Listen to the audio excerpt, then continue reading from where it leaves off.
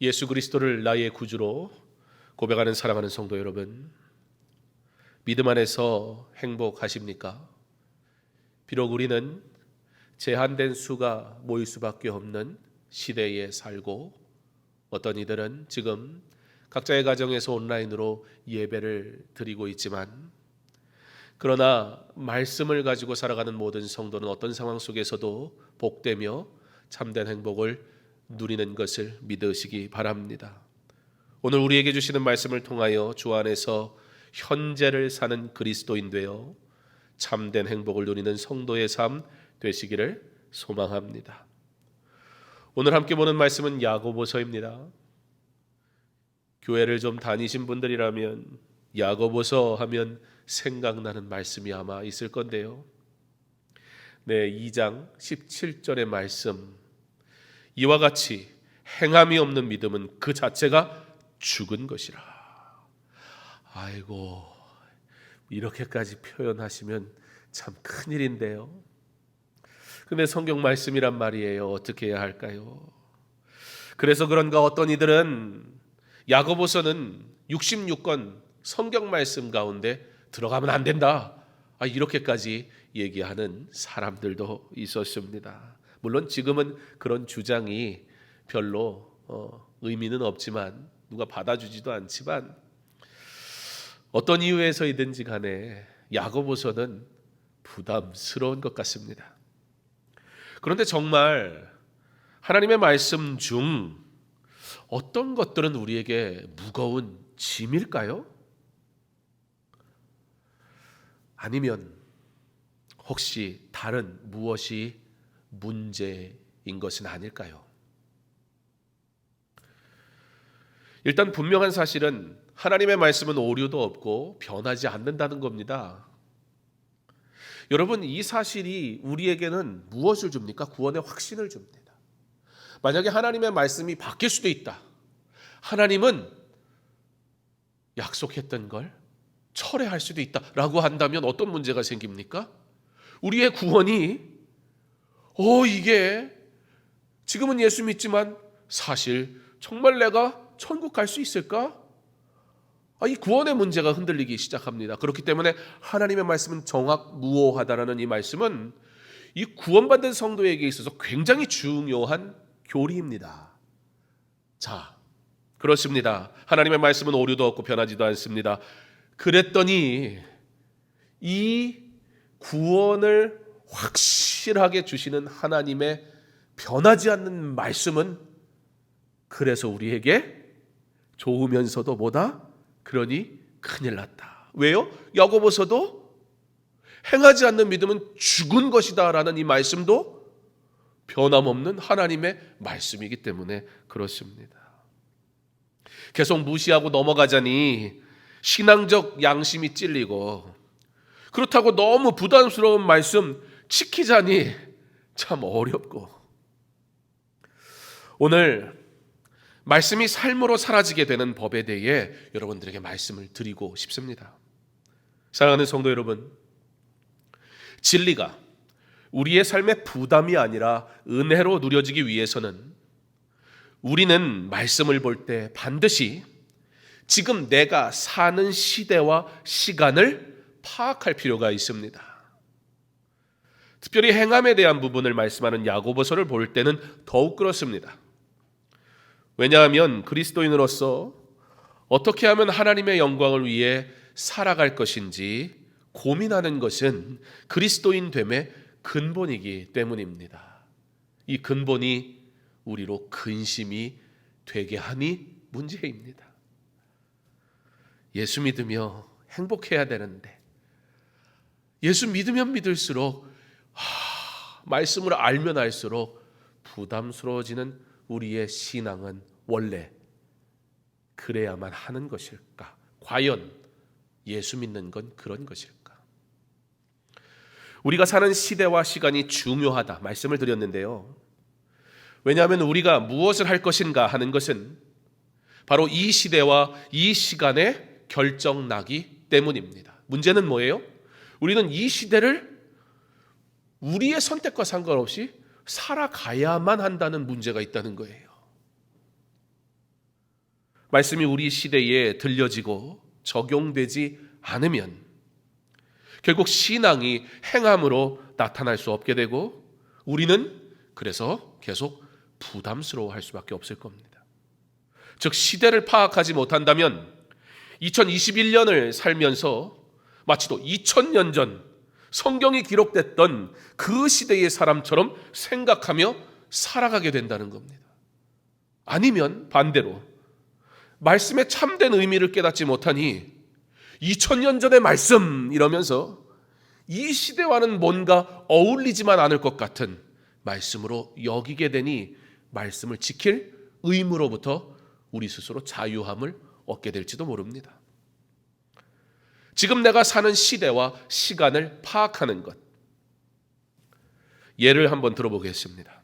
포스트 코로나, 즉 코로나 이후라는 말을 우리 많이 하는데요. 어떤 의미죠? 많은 사람들은 모두 코로나가 끝났으면 기대하며 살아간다는 거지요. 기대가 뭐 잘못입니까? 그렇진 않습니다. 그런데 우리는 기대하지만 어떻습니까? 기대하니까 이제는 소망 중에 위로가 됩니까? 아니요. 기대하는 건 자유고 기대하는 거 얼마든지 할 수 있지만 답답한 건 변치 않아요. 왜 그렇습니까? 문제는 우리가 기대하는 미래가 과연 이루어질 것인지 그 어느 누구도 이 세상의 누구도 예측할 능력이 없기 때문입니다. 그저 소망일 뿐이지요. 미래는 오직 하나님만 아십니다. 그런데 여러분, 사실 포스트 코로나는 그나마 괜찮습니다. 더 큰 문제는 프리 코로나 이전 말입니다. 사실 여러분, 우리가 코로나가 끝나면이라는 미래적인 관점에서 기대하지만 실제 우리가 가장 소망하는 것은 무엇일까 한번 생각을 해봤더니 사람들이 하는 말이 다 그거더라고요. 코로나 이전으로 빨리 돌아갔으면 좋겠다. 우리는 이렇게 코로나 이전의 삶에 멈춰버렸습니다. 코로나 이전의 삶에 갇혀버렸습니다.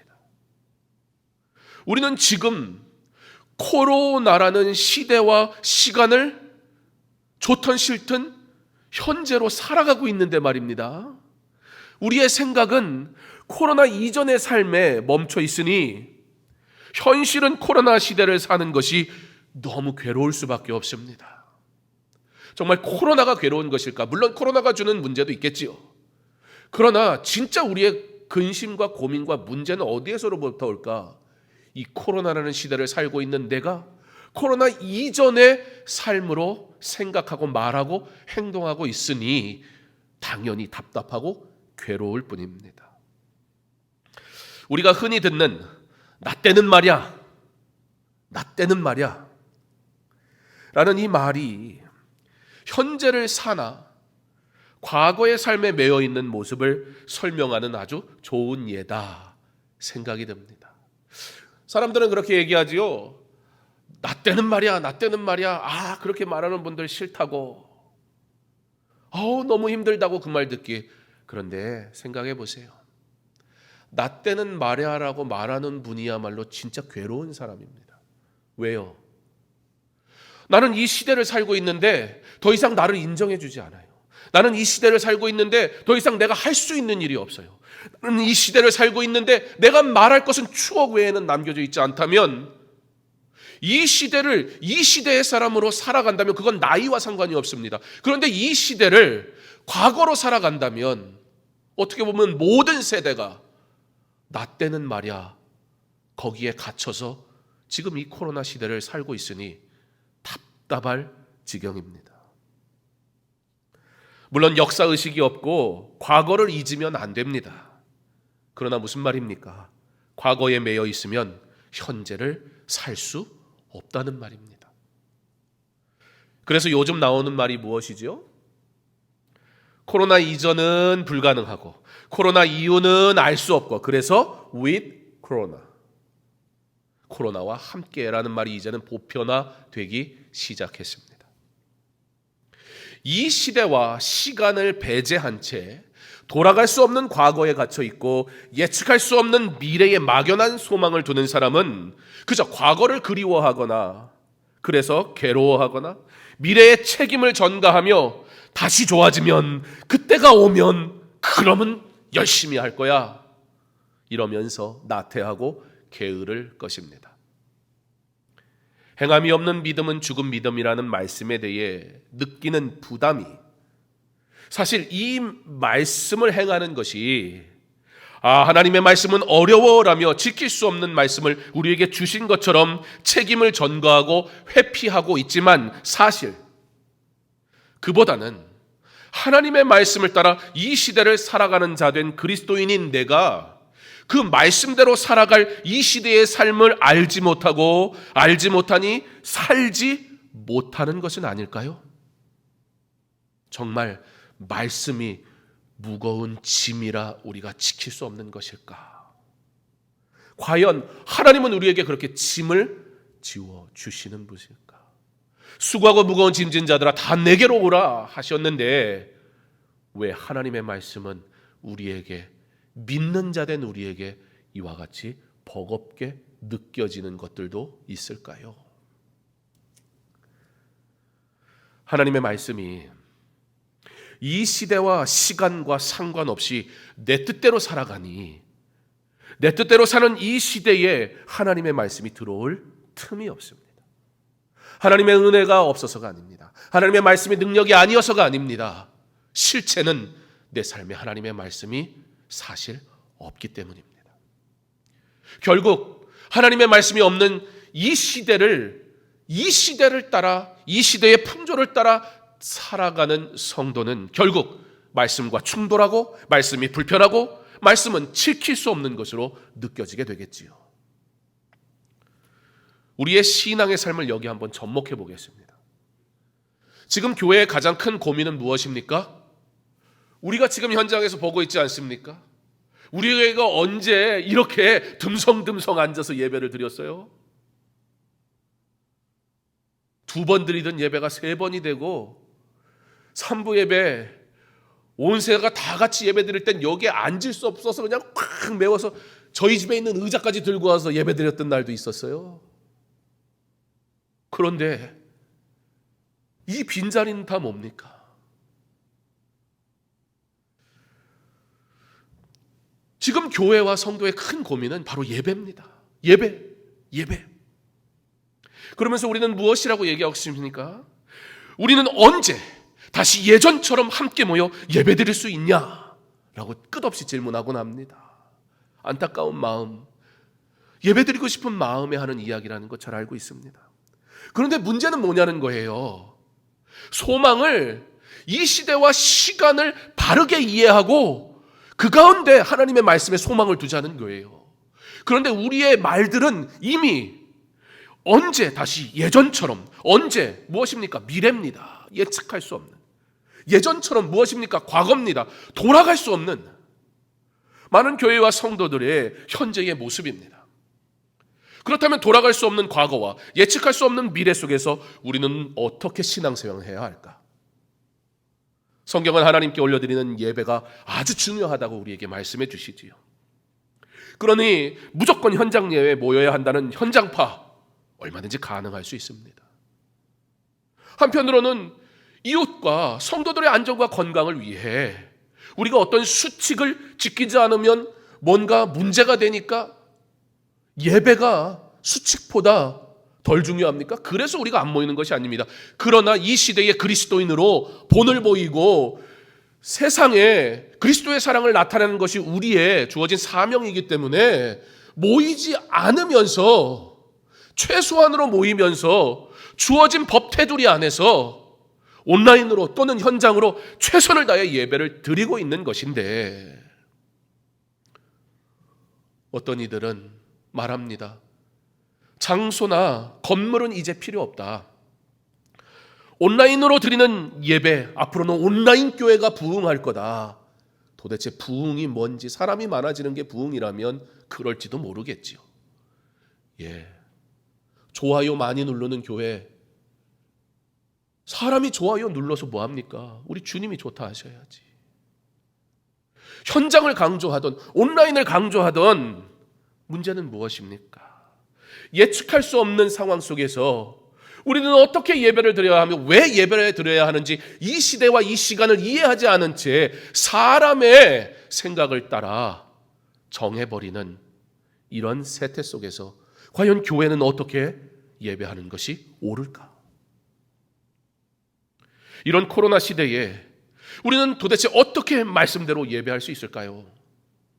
주님이 세우시고 머리 되시는 교회 공동체를 우리는 어떻게 계속해서 유지할 수 있을까요? 이 시대와 이 시간을 이해하여 참된 진리의 말씀대로 순종하며 살면 여전히 우리 하나님의 말씀은 변함이 없기에 동일한 은혜를 누리며 믿음의 길을 걸어갈 수 있는 줄 믿습니다. 바로 야고보서의 행함은 부담이 아니라 성도로 성도되게 하는 지름길이며 키입니다. 핵심입니다. 우리에게 부담이 아니라 혼란한 세상 속에서 진리로 위로를 얻고 흔들리지 않는 믿음을 소유하는 우리를 향한 하나님의 사랑이며 믿음을 지키는 최고의 방법을 오늘 우리에게 말씀하고 계시다는 겁니다. 오늘 말씀은 부자와 가난한 자를 대하는 차별에 대해 말씀하고 있습니다.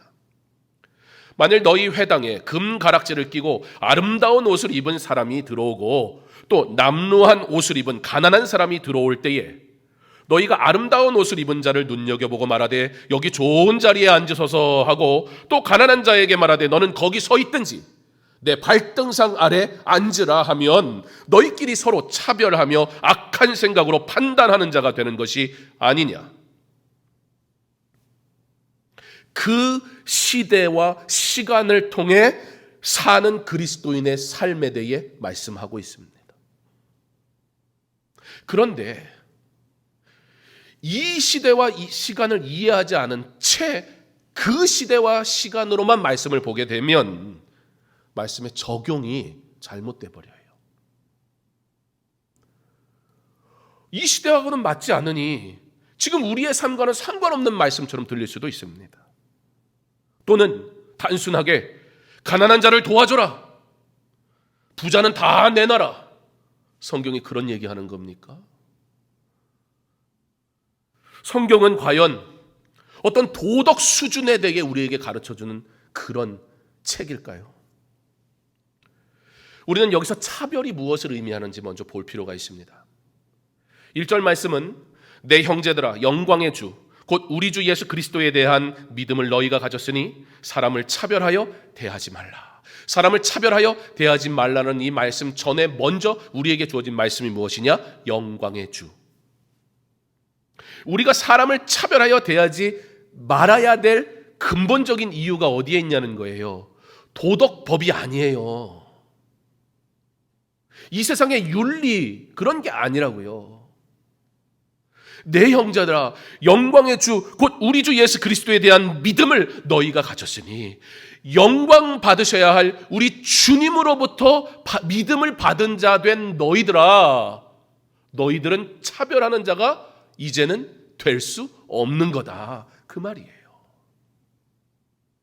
여기서 차별이라는 행위를 통해서 지금 다양하게 설명된 한 단어로 표현하자면 부자, 지금 부자 얘기하는 거잖아요. 이 부자라고 불리는 사람이 단순히 부자이기 때문에 지금 어떤 대접을 받았다고요? 공동체 안에서 받는 영광과 그리스도가 받으셔야 할 영광 비교하고 있는 거예요. 차별이라는 말로. 이 믿음의 공동체에서 영광 받으실 이는 누구입니까? 오직 우리 주 예수 그리스도 한 분 외에는 없습니다. 그런데 사람의 방법이 지금 무엇을 하고 있다는 겁니까? 공동체 안에서 사람이 하나님의 영광을 가져가고 있더라는 것입니다. 그게 무엇이다? 차별이다. 종과 주인이라는 제도가 당연히 여겨졌던 1세기 시대 당시 문화와 배경을 통해 지금 시대와는 비교할 수 없는 사회 전반적으로 너무나 자연스럽게 존재했던 차별이라는 행위는 믿음의 공동체 안에서 영광 받으실 이는 오직 그리스도 한 분뿐임에도 불구하고 사람이 그 영광을 취하여 거룩한 공동체를 깨트리는 문제가 있었다는 것입니다. 이 믿음의 공동체라면, 믿음의 공동체가 과연 이러한 것이라면 세상이 어떤 이유로 이곳에서 그리스도가 계심을 발견할 수 있겠습니까? 우리는 뭐 하는 사람입니까? 세상은 교회를 뭐라고 얘기합니까? 성경은 무엇이 교회라고 우리에게 가르쳐주고 있습니까? 나는 과연 주님의 교회로서 살아가고 있습니까? 물론 가난한 자를 돕는 것 당연한 겁니다. 실제 많이 가진 이가 자신이 누리고 있는 모든 것을 나누는 삶은 초대교회의 가장 보편적인 모습이었습니다. 그런데 중요한 게 뭐냐? 그들이 왜 그렇게 했냐? 그들이 자신이 가진 걸 도대체 왜 나눴냐? 이걸 알아야 된다는 거예요. 그래야 이 시대와 이 시간을 살아가는 우리가 하나님의 말씀을 여전히 적용하고 바르게 받고 살 수 있는 거예요. 오직 영광 받으실 이는 그리스도 한 분뿐이라. 동시에 우리가 형제와 이웃을 사랑하는 이유는 부함과 가난함이라는 그들의 삶의 형편 때문이 아니라 그들이 누구기 때문에 하나님의 형상을 가진 존귀한 자이기 때문입니다. 바로 여러분 옆에 뒤에 앉아있는 이들이 누굽니까? 하나님의 형상을 따라 지음받은 존귀한 자인 것을 믿으시기 바랍니다. 그리고 이 믿음이 실제 삶에서 적용돼야 합니다. 그것이 적용되지 않은 것이 무엇이었다? 차별이었다. 말씀을 통해 좀 구체적으로 보면 좋겠습니다. 그리스도인은 어떻게 살아야 하는가? 단순히 부자니까 가난한 자를 돕는 것이 아니라는 말입니다. 이 말을 조금 더 쉽게 이해하려면, 그리고 말씀을 지키며 살아야 하는 이유를 우리가 구체적으로 이해하려면 우리는 오늘 본문 말씀에도 간음하지 말라, 살인하지 말라라는 내용이 나오는데요. 계명을 지키는 법에 대해서 말씀하시는데, 그러므로 우리는 어디로 돌아가야 되냐면 10계명을 가서 볼 필요가 있습니다. 그리스도인이 어떻게 살아야 하는가? 바로 하나님이 우리에게 주신 계명의 뜻이 무엇이며 방향이 무엇인지를, 무슨 얘기예요? 말씀을 바르게 알지 못하니 10년, 20년, 30년 예수 믿어도 말씀대로 살지 못하더라는 거예요.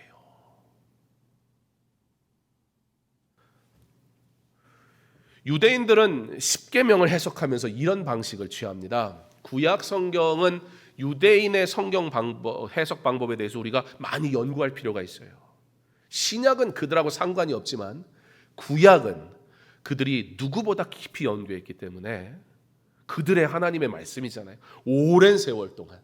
그래서 그들이 10계명을 대하는 방식을 우리가 많이 배워볼 필요가 있습니다.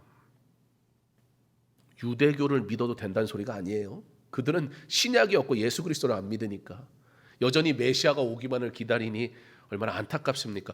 그러니까 하나님을 대한 말씀을 가졌는데 구원에 참여하지 못했다는 것은 정말 안타까운 인생이지요. 교회는 다니는데 십자가의 은혜를 누리지 못한다는 것 얼마나 안타까운 겁니까? 유대인들, 여러분 10계명은 두 개의 돌판으로 쓰여졌죠. 두 개의 돌판으로 쓰여져서 1계명부터 5계명까지, 그리고 6계명부터 10계명까지 기록이 되어 있습니다. 1계명에서 5계명은 누구에 대해? 하나님에 대해. 6계명에서 10계명까지는 누구에 대해? 사람에 대한 것입니다. 살인하지 말라, 간음하지 말라, 도둑질하지 말라. 그러니까 이 두 돌판을 서로 마주보게 하면 첫 번째 돌판의 첫 번째 계명이 1계명이고 두 번째 돌판의 첫 번째 계명은 6계명이 되겠지요. 하나님에 대하여, 사람에 대하여. 자, 보겠습니다. 1계명이 무엇입니까? 너는 나 외에 다른 신들을 내게 두지 말라는 것입니다. 여기서 나는 누굽니까? 출애굽기 20장 1절에 나는 너를 애굽 땅 종되었던 집에서 인도해낸 내 하나님 여호와니라. 줄이면 나는 하나님 여호와라. 히브리어로 하면 아도나이 엘로헤헤이카 이렇게 읽을 수 있는데요. 그게 1계명이란 말이에요. 6계명은 무엇이죠? 뭐예요? 교회를 그렇게 다녀도 맛집 전화번호는 외워도 10계명은 기억이 안 나요. 6계명 뭐예요? 살인하지 말라. 다 아시죠? 마스크 때문에 말씀을 못한 건데. 여러분 보세요. 한번 적용을 해봅시다. 살인하지 말라. 이거 예수 안 믿어도 당연한 거 아니에요? 옛날 계명, 지금하고는 뭔가 어울리지 않는 계명일까요? 하나님의 말씀이 시대적 착오인가요? 아니 예수 안 믿어도 살인하지 말라는 건 그건 애도 다 아는 얘기잖아요. 그리스도인이 살인하지 말라는 말씀은 어떻게 해석해야 될까? 어떻게 이 시대에 여전히 적용될 수 있을까? 1계명과 6계명을 함께 보면 내가 너희 하나님이다. 1계명과 6계명을 함께 보면 말입니다. 내가 너희 하나님이다. 그러므로 살인하지 말아라. 무슨 얘기예요? 너희 하나님의 형상을 가진 사람을 죽이면 하나님을 죽이는 것과 같다. 그 얘기예요. 세상의 도덕법과 비교할 수 없는 하나님의 법입니다. 우리는 이 세상의 도덕법 수준으로 사는 게 아니라 그것을 넘어선 하나님의 법으로 살아가는 자입니다. 세상이 감동할 수 있는 유일한 방법입니다. 하나님의 법을 바르게 이해하지 않고 하나님의 법을 바르게 따라가지 않는 성도의 삶을 보며 세상의 도덕법을 잘 지키는 세상의 사람들은 우리를 보며 내가 너보다는 낫다고 얘기하지 않겠습니까? 우리는 과연 하나님의 말씀을 알고 있습니까? 정말 말씀이 우리에게 짐인 것입니까? 아니면 이 시대와 이 시간을 살아가는 우리가 이 시대와 이 시간을 바르게 이해하지 못한 채 하나님의 말씀에 적용이 없어 세상 앞에 보여줄 것이 없는 초라한 인생은 아닙니까? 우리끼리만의 예배, 우리만의 하나님으로 만들어 놓고 이 복음이 땅끝까지 전해져야 하는데 그리스도의 사랑을 나타내는 데는 관심이 없는 인생. 어쩔 수 없다. 그렇게 할 수 없다. 지금은 안 된다. 계명이 우리에게 들려지는 은혜가 있기를 바랍니다. 살인하지 말라. 하나님의 형상으로 지음받은 자를 살인한다는 것은 나의 형상으로 창조한 그를 살인한다는 것이 나를 죽이는 행위 아니냐. 감히 살인을 꿈꿀 수나 있습니까? 누가? 어느 누가? 도덕적인 의지를 가지고 살인은 하는 것이 아니야. 이 수준이 아니라는 거예요. 간음하지 말라. 이 말씀은 무슨 말씀과 적용이 됩니까? 우상을 섬기지 말라. 단순한 간음의 문제가 아니에요. 간음과 우상을 섬기는 것. 우상을 섬기는 것은 무엇이에요? 하나님 외에 다른 것을 하나님으로 삼고 내가 원하는 것을 믿고 내가 사랑하는 것을 믿는 삶, 욕구, 욕망, 그것이 간음입니다. 하나님을 사랑하지 않는 자가 어찌 내 아내와 내 남편을 사랑할 수 있겠으며. 그래서 구약 성경의 선지서에는 이스라엘 백성이 간음했다 그렇게 말씀하는 거예요. 왜요? 그가 하나님을 섬기지 아니하고 우상을 섬겼으니까. 하나님을 사랑할 때 하나님의 형상으로 지음받은 내 사랑하는 아내, 내 사랑하는 남편을 죽도록 사랑할 수밖에 없는 거예요. 어찌 인간의 의지로 하는 도덕법에 비교할 수 있겠습니까? 신앙으로 믿음으로 가는 인생이 복될 수밖에 없는 것입니다. 그리스도인에게 살인을 하지 말아야 하는 이유는 인권 정도의 수준이 아니라 바로 그가 하나님의 형상을 따라 창조되었기 때문입니다. 사람을 죽인다는 것은 하나님에 대한 항명입니다. 교회에서 성도가 차별받지 말아야 할 이유는 내가 차별하고 무시하고 하찮게 여기는 그 성도가 누구냐? 바로 하나님의 형상을 따라 지음받은 존귀한 자이기 때문에 그럴 권한이 내게 없다는 거예요. 어떠한 부도, 어떠한 능력도, 어떠한 권세도 하나님의 형상을 받은 자를 어찌 차별할 수 있습니까? 무엇이 내게 그렇게 자랑이요? 감히 하나님이 사랑하는 자를 차별할 수 있습니까? 이곳에서는 그리스도만이 영광 받으실 뿐입니다. 그의 영광 앞에 우리는 찬양을 올릴 존재이지 내가 무엇을 소유했던 우리는 자랑할 것이 없습니다. 가치를 세상이 아닌 진리의 말씀을 두고 이 시대를 살아가는 성도라면 그 성도의 삶을 통해 하나님께서 영광 받으시고 세상이 믿는 자를 주목하여 보게 될 것입니다. 하나님의 명령은 우리로 하여금 우리가 하나님의 형상으로 창조되었음을 알게 하는데 목적이 있습니다. 그 명령을 따라 산다는 것은 내가 하나님의 백성이 되었다는 증거입니다. 행함이 없는 믿음은 하나님께 속하지 않았다는 뜻입니다. 우리는 현재를 살아가는 그리스도인입니다. 이 시대와 시간을 바르게 바라볼 수 있는 영적인 눈이 깨어 있어 말씀이 우리의 삶에 당연히 적용되어지는 은혜의 삶을 사시기를 부탁합니다. 나는 그리스도인입니다. 그리스도인은 그리스도의 영광을 위해 사는 자입니다. 코로나 시대에 with 코로나 우리는 변함없으시는 하나님, 나의 하나님 되었으니 여전히 장소가 문제입니까? 환경이 문제입니까? 내게 주신 은혜를 따라 예배하기를 즐거워하면 with 코로나 변함없으신 하나님의 은혜가 우리와 함께 하시니 우리는 여전히 진리의 말씀을 붙잡고 살아가는 성도임을 기억하며 세상의 지식과는 비교할 수 없는 말씀의 지혜를 가지고 이 시대와 이 시간을 하나님의 은혜로 살아가는 성도 될 것입니다. 지금이 예수 믿을 때입니다. 지금이 예배할 때입니다. 지금이 가장 영적으로 깨어 있어야 할 때입니다. 코로나 이전, 코로나 이후가 아니라 코로나 이 시대를 바르게 이해하여 하나님이 우리에게 주신 영적인 말씀을 깨닫고 더욱 하나님 사랑하고 하나님이 주신 은혜 가운데 풍성한 믿음 생활하는 저와 여러분 될 수 있기를 주님의 이름으로 축원합니다.